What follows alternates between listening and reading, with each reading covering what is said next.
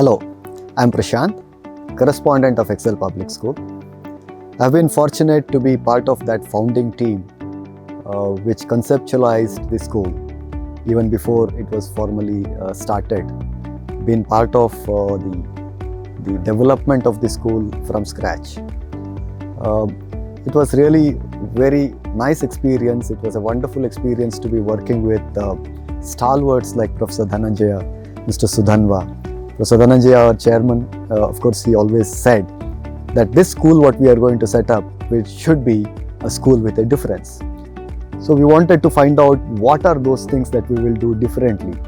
And there came by a set of founding principles or the core philosophies of Excel Public School. There are many, in fact, but one of which, very important one, I would think, is the philosophy of constructivism. So everything that we do, the teaching learning processes point of view, from that point of view I'm talking about, at the school, is built on the fundamental philosophy of constructivism. And as you are aware, constructivism means constructing knowledge. So that means it's a complete opposite of rote memorization. So we shun rote memorization. We are against rote memorization. We promote construction of knowledge. So this goes a long way in terms of the students' understanding of those concepts, so that when they are dealing with the application of these concepts later, either in their higher education or in their careers, it comes in very handy. They will have actually experienced the context rather than just memorizing the content. So understanding the context is very important. For every concept, if you only deliver the content, then you miss the context. If you miss the context, later for them to connect with that concept with the context will be very difficult. So that is where I think the foundation of constructivism plays a very important role for any school for that matter. So how do you deliver constructivism based learning pedagogy? There are again something which are very related. The moment you say construct knowledge, it's natural that you are looking at learning by doing. So you construct knowledge by learning by doing. There are umpteen number of philosophies, theories, experiments psychologists and behavioral scientists have done, which proves that learning by doing is one of those better ways of understanding things, better ways of constructing knowledge.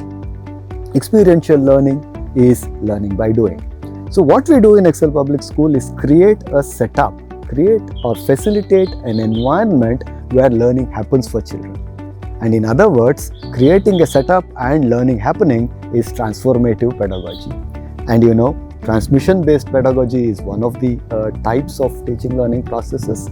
The second is generative pedagogy, and the third one is transformative pedagogy. I'm not saying one is better than the other, but then transformative pedagogy is something where the learning which happens for the children is retained for a longer time, is what experiments have said.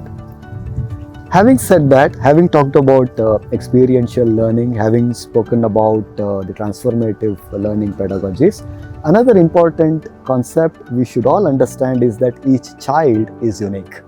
Each child comes with his or her own abilities, his or her own levels of intelligences. We again strongly believe in the theory of multiple intelligences. Each child could be strong in a certain set of intelligences. A child could be very good in, let's say, verbal linguistic intelligence. Another could be in logical mathematical intelligence. Another could be in bodily kinesthetic, visual spatial, interpersonal, intrapersonal, naturalist, rhythmic, so whatever, right? So each child would come up with a combination of different levels of intelligence.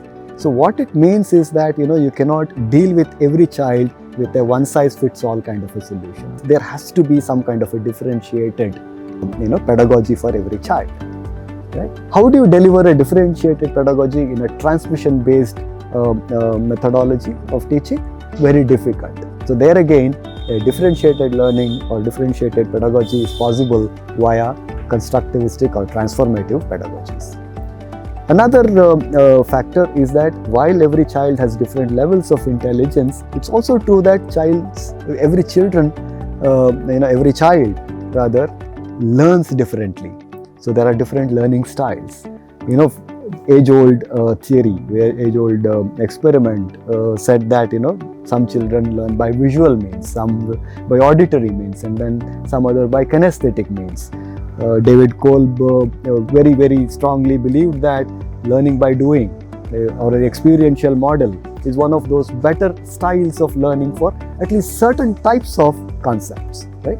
So there again, constructivism and the learning styles are connected, right? So when I'm saying constructivism, and I also mentioned about creating or facilitating a setup where children construct knowledge for themselves and they learn, it's also true that there are facilities available for children to pick up from various points of view. Based on their intelligence or based on their learning styles, they will be picking up concepts and learning their own understanding of things. Further again, by promoting constructivism, you're actually promoting higher order thinking skills as well. Transmission would generally mean limiting it to the lower order thinking skills. When you say you're facilitating every child to do certain things on their own, you're actually promoting application of a knowledge, application beyond the remember and understand, as per the Bloom's taxonomy, if you have known. Beyond remember and understand, there is apply, analyze, synthesize, create. Those higher order thinking skills are promoted by creating that kind of an environment. That is what we focus at Excel Public School. Another completely different way of looking at things is that what is the goal, fundamental goal of any educational institution? I would say it's student success. Simply, student success is the fundamental goal of any educational institution. It is quite clearly established when it comes to higher education, particularly professional education. Let us say it's a law college or a law university. Very clear, students coming out, if they become good lawyers, there is student success. So it's very well established. When it comes to general studies, right, it could be, let us say, generally commerce or generally science, right, without any professional specialization, then it becomes a little vague. You cannot be very specific saying that, here is where I'm training this individual to become a lawyer, to become an engineer, to become a doctor. It is not so. So each child or each student there in that higher education institute may go on to become something else, right? Now think of a school, right? In the school, you cannot be specific to any particular domain. You cannot be very specific to any particular profession. So that means you do not know which kind of a career or what kind of a profession they are getting into. So that means whatever you are dealing with has to be from that point of view generalized, right? On one side, we are saying every child will have to be dealt with from a differentiated point of view because their own requirement is different, right? So that means we are saying every child should be treated in a specialized manner. On the other side, we are saying it has to be generalized. So where is the balance? I think curriculum should come in play to create that balance. So the curriculum is something which makes sure that everything that is foundational, everything that is fundamental as concepts for any kind of a career when they graduate is all covered. So the curriculum, when created or prepared properly, will make sure that everything that the child needs to be successful when they get onto a career is in fact covered in the foundational curriculum. And that again within the schooling system, from a senior secondary to go back to secondary to upper primary to foundational, the philosophy remains, right? It becomes even more broader and foundational as you go towards the younger ages of the students, right? Now this is a concept which is also with something which any school or every school should be very aware of, because when we are talking about generalization, the curriculum is something which covers everything foundational. There is a gap, and what is that gap? Is curriculum cannot be changed so frequently as the world is changing. So the world is changing very fast, but the curriculum cannot change that fast.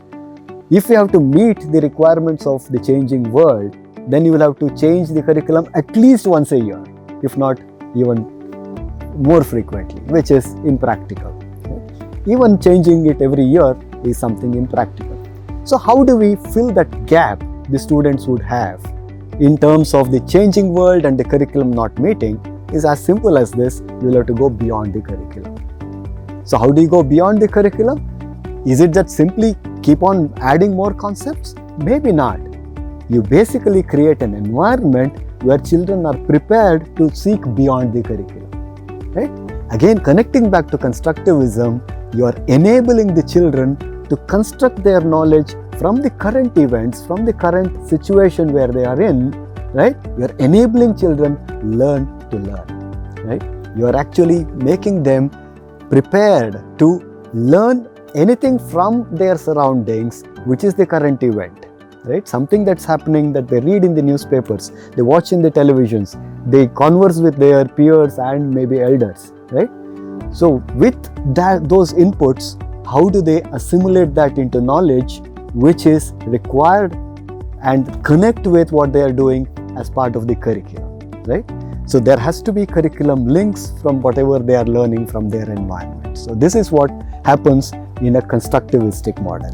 So you are enabling, facilitating or preparing a sort of an environment where children are able to learn curricular concepts as well as seek additional knowledge that comes from all other stimuli.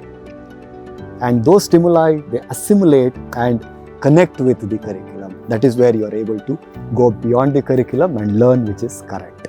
Right?